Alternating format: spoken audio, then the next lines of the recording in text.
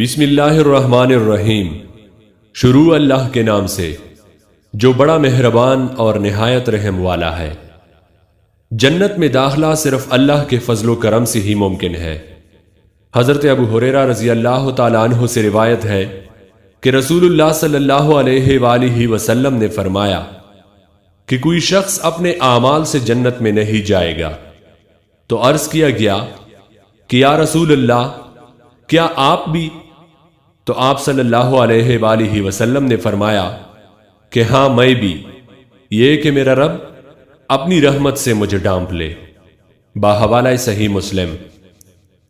غرباء مساکین 500 سال پہلے جنت میں جائیں گے۔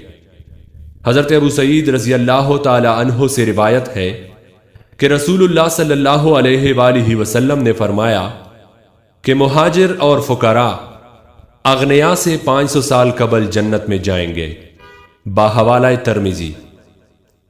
جنتی آدمی کی روح قیامت سے پہلے جنت میں پہنچ جاتی ہے۔